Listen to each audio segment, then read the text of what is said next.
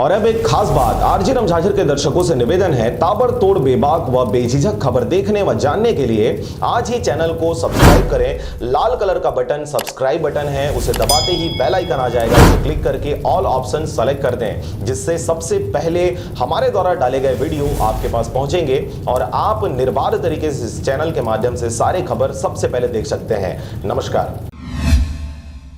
लगातार पत्रकारों के खिलाफ फर्जी शिकायत और झूठे आरोपों में फंसाए जाने को लेकर पत्रकार संगठनों का एक दिवसीय धरना प्रदर्शन किया जा रहा है। खबर है, रायगढ़ जिले के सारंगगढ़ अंचल में इन दिनों कुछ अनैतिक कार्य में लिप्त लोगों के द्वारा पत्रकारों को फर्जी शिकायत कर झूठे आरोपों में फंसाने की साजिश रची जा रही है, जिसको देखते हुए पत्रकारों के हित में सारंगगढ़ अंचल के सभी पत्रकारों को एकजुट कर सारंगगढ़ के भारत माता चौक पर एक दिवसीय धरना प्रदर्शन किया गया। आपको बता दें कि पत्रकार जब किसी भ्रष्टाचार या जन समस्याओं को लेकर कोई खबर लगाता है तो सारंगगढ़ के कुछ माफिया वर्ग अपने काली करतूतों को छुपाने के लिए उल्टे पत्रकारों को गलत आरोपों में फंसाने का षड्यंत्र रच रहे हैं। यहां तक कि पत्रकारों के साथ अभद्र व मारपीट की घटना को अंजाम भी दिया जा रहा है, जिसको देखते हुए सारंगगढ़ अंचल के पत्रकार साथ ही इस धरना प्रदर्शन में शामिल होकर पत्रकार सुरक्षा कानून की मांग के साथ अन्य कई मांगों को लेकर पुलिस थाना एवं सारंगगढ़ अनुविभागीय अधिकारी को ज्ञापन सौंपे। इसके साथ ही ऐसा करने वालों पर निष्पक्ष जांच कर उचित कार्रवाई करने की मांग भी रखी गई है।